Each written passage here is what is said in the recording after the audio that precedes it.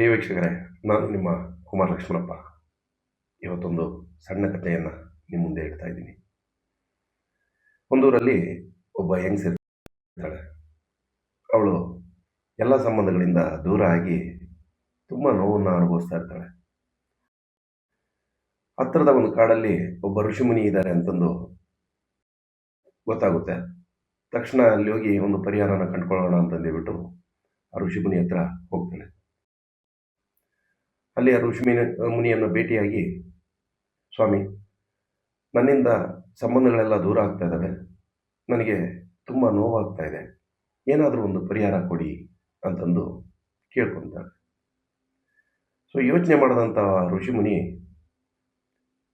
ಒಂದು ದಿವ್ಯವಾದಂಥ ಒಂದು ಕಟ್ಟಿಗೆ ತುಂಡನ್ನು ಅವಳ ಕೈ ಕೊಟ್ಟು, ನೋಡಮ್ಮ, ಇದು ಸುಮಾರು ವರ್ಷಗಳಿಂದ ಅಥವಾ ತಲಾಂತರದಿಂದ ನನ್ನ ಹತ್ರ ಇದೆ ಇದು. ಸೊ ಇದನ್ನು ಯಾವುದೇ ಒಂದು ಆಯುಧದಿಂದ ಆಗಲಿ ಅಥವಾ ಬೇರೆ ಇನ್ಯಾವುದೋ ಒಂದು ವಸ್ತುವಿಂದಾಗಲಿ ಇದನ್ನು ತುಂಡರಿಸೋದಕ್ಕೆ ಸಾಧ್ಯ ಇಲ್ಲ. ಸೊ ಇದನ್ನು ನನ್ನ ಹತ್ರನೇ ಇಟ್ಕೊಂಡಿದ್ದೆ, ಇದನ್ನು ತಗೊಂಡೋಗಿ ನಿನ್ನ ಹತ್ರ ಒಂದು 15 ದಿನ ಇಟ್ಕೋ. ಸೊ ಅದಾದಮೇಲೆ ನಾನು ನಿಮ್ಮ ಮನೆಗೆ ಬರ್ತೀನಿ, ನಿಮ್ಮ ಮನೆಗೆ ಬಂದ ಮೇಲೆ ಒಂದು ಪರಿಹಾರವನ್ನು ಸೂಚಿಸ್ತೀನಿ ಅಂತಂದು ಹೇಳ್ತಾರೆ. ಇದನ್ನು ಕೇಳಿಸ್ಕೊಂಡಂಥ ಹೆಂಗಸು ಸೀದಾ ಮನೆಗೆ ವಾಪಸ್ ಆಗ್ತಾನೆ. ವಾಪಸ್ ಆದಮೇಲೆ ಅವಳಿಗೆ ತಲೆ ತುಂಬೆಲ್ಲ ಒಂದು ವಿಚಾರ ತುಂಬ್ಕೊಂಡ್ಬಿಡುತ್ತೆ. ಏನಪ್ಪ ಅಂತಂದರೆ, ಋಷಿಮುನಿ ಈ ಕಟ್ಟಿಗೆ ತುಂಡನ್ನು ನನಗೇನು ಕೊಟ್ಟರೂ ಗೊತ್ತಿಲ್ಲ, ಅದಾದಮೇಲೆ ಇದು ತಲಾಂತರಗಳಿಂದ ನನ್ನ ಹತ್ರನೇ ಇದೆ, ಇದು ಯಾವುದೇ ಒಂದು ವಸ್ತುಗಳಿಂದಾಗಲಿ ಆಯುಧಗಳಿಂದಾಗಲಿ ತುಂಡರಿಸೋದಕ್ಕೆ ಸಾಧ್ಯ ಇಲ್ಲ ಅಂತಂದು ಹೇಳಿದ್ದಾರೆ. ಯಾಕೆ ಸಾಧ್ಯ ಇಲ್ಲ? ಸುಮಾರು ದಿನಗಳು ಯೋಚನೆ ಮಾಡಿ ಒಂದು ದಿನ ಒಂದು ಕಲ್ಲನ್ನು ತೆಗೆದುಕೊಂಡು ಅದನ್ನು ಜಜ್ಜುತ್ತಾಳೆ, ತುಂಡಾಗೋದಿಲ್ಲ. ಬೇರೆ ಒಂದು ಕಬ್ಬಿಣದ ಒಂದು ತುಂಡನ್ನು ತೆಗೆದುಕೊಂಡು ಚೆಚ್ಚುತ್ತಾಳೆ, ತುಂಡಾಗೋದಿಲ್ಲ.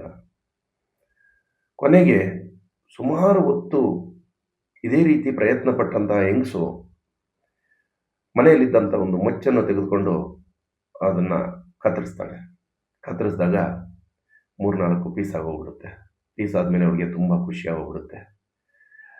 ಋಷಿಮುನಿಗಳು ನಾನು ಅಂದ್ಕೊಂಡಷ್ಟು ಯೋಗ್ಯರೇನಲ್ಲ ಅಥವಾ ತುಂಬ ಬುದ್ಧಿವಂತರೇನಲ್ಲ, ಅವ್ರು ನನಗೇನು ಪರಿಹಾರ ಕೊಡ್ತಾರೆ?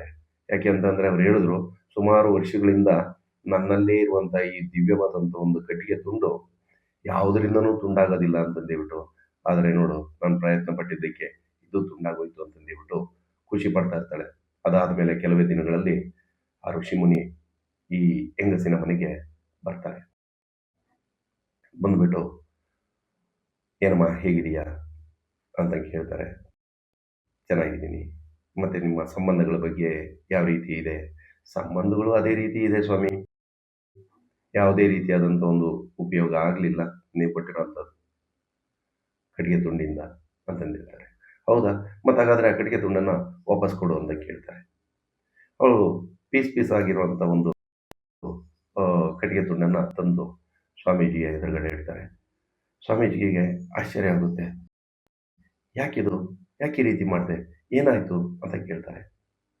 ಆಗ ಹೆಂಗಸು ಹೇಳ್ತಾರೆ, ಸ್ವಾಮಿ, ನೀವು ಅವತ್ತು ಹೇಳಿದ್ರಲ್ಲ, ಈ ಕಟ್ಟಿಗೆ ತುಂಡು ತುಂಬ ದಿವ್ಯವಾದಂಥದ್ದು, ಇದು ಯಾವುದೇ ಒಂದು ವಸ್ತುಗಳಿಂದಾಗಲಿ ಆಯುಧಗಳಿಂದಾಗಲಿ ತುಂಡರಿಸೋದಕ್ಕೆ ಸಾಧ್ಯ ಇಲ್ಲ ಅಂತ. ಆದರೆ ಬಂದಾಗಲಿಂದ ನನಗೆ ಆ ವಿಚಾರ ನನ್ನ ತಲೆನಲ್ಲೇ ಇತ್ತು, ನೋಡೇ ಬಿಡೋಣ ಅದು ಎಷ್ಟು ಗಟ್ಟಿ ಇದೆ ಅಂತಂದೇಳ್ಬಿಟ್ಟು, ಅದು ಯಾಕೆ ತುಂಡರಿಸೋದಕ್ಕೆ ಸಾಧ್ಯ ಇಲ್ಲ ಅಂತಂದೇಳ್ಬಿಟ್ಟು ತುಂಬ ಪ್ರಯತ್ನ ಪಟ್ಟು ಕೊನೆಗೆ ಮಚ್ಚಿನಲ್ಲಿ ಹೊಡೆದಾಗ ಈ ರೀತಿಯಾದಂಥ ಒಂದು ತುಂಡುಗಳಾಗಿವೆ ಅಂತಂದಿರ್ತಾರೆ. ತಕ್ಷಣಕ್ಕೆ ಆ ಯೋಗಿ, ಆ ಋಷಿಮುನಿ ನಕ್ಕು ಬಿಡ್ತಾರೆ. ನಕ್ಕು ಹೇಳ್ತಾರೆ, ನೋಡು, ನಿನ್ನ ಸಂಬಂಧಗಳಲ್ಲೂ ಸಹ ನೀನು ಇದನ್ನೇ ಮಾಡ್ತಾ ಇರೋದು. ನಿನ್ನ ಸಂಬಂಧಗಳು ಎಷ್ಟೇ ಗಟ್ಟಿಯಾಗಿದ್ರೂ ಅದನ್ನು ನೀನು ತುಂಡರಿಸುವಂಥ ಪ್ರಯತ್ನವನ್ನೇ ಪಟ್ಟೆ ಹೊರತು ಅದನ್ನು ಹಾಗೆ ಮುಂದುವರಿಸ್ಕೊಂಡು ಹೋಗೋದಕ್ಕೆ ಬಿಡಲಿಲ್ಲ. ಆ ಒಂದು ಕಾರಣದಿಂದ ನಿನ್ನ ಸಂಬಂಧಗಳು ನಿನ್ನಿಂದ ದೂರ ಆಗ್ತಾ ಇದ್ದಾವೆ, ಮತ್ತು ಇವತ್ತು ನೀನು ದುಃಖಿತಳಾಗ್ತಾ ಇದೀಯ. ಇದಕ್ಕೆ ನಿನ್ನ ದುರ್ವರ್ತನೆಯೇ ಕಾರಣ. ಅಂದರೆ ನಿನ್ನ ತಲೆಯಲ್ಲಿ ಎಂಥ ಗಟ್ಟಿಯಾದ ಸಂಬಂಧವೂ ಸಹ ಹಾಳು ಮಾಡೋ ಅಷ್ಟು ಕೆಟ್ಟ ಆಲೋಚನೆಗಳು ನಿನ್ನ ತಲೆಯಲ್ಲಿರೋದ್ರಿಂದ ಇವತ್ತು ನಿನಗೆ ಈ ಪರಿಸ್ಥಿತಿ ಬಂದಿದೆ. ಆ ಒಂದು ಕೆಟ್ಟ ಆಲೋಚನೆಗಳಿಂದ ನೀನು ಹೊರಗೆ ಬಂದಾಗ ಮಾತ್ರ ನಿನಗೆ ಈ ಒಂದು ಸಂಬಂಧಗಳ ಬೆಲೆ ಗೊತ್ತಾಗುತ್ತೆ, ಮತ್ತು ಸಂಬಂಧಗಳನ್ನು ಉಳಿಸಿಕೊಳ್ಳುವಂತಹ ಒಂದು ಪ್ರಯತ್ನ ಮಾಡ್ತೀಯ ಅಂತಂದು ಹೇಳ್ತಾರೆ.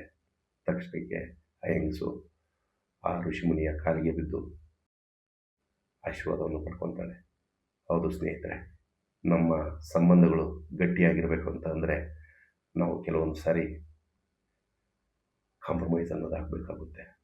ಆ ಕಾಂಪ್ರಮೈಸ್ನು ಮೀರಿ ನಮ್ಮ ಹಠವೇ ಮುಖ್ಯ ಅಂತಂದು ಮುಂದುವರೆದಾಗ ಸಂಬಂಧಗಳು ಹಳಸುತ್ತವೆ, ದೂರವಾಗ್ತವೆ, ಮತ್ತು ನಾವು ಒಬ್ಬಂಟಿಯಾಗಿ ಜೀವನ ಮಾಡಬೇಕಾಗುತ್ತದೆ ಅಂತ ಹೇಳ್ತಾ ಈ ಒಂದು ಕಥೆಯನ್ನು ಮುಗಿಸ್ತಾ ಇದ್ದೀನಿ.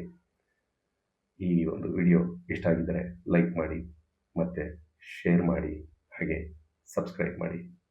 ನಮಸ್ತೆ, ಜೈ ಹಿಂದ್.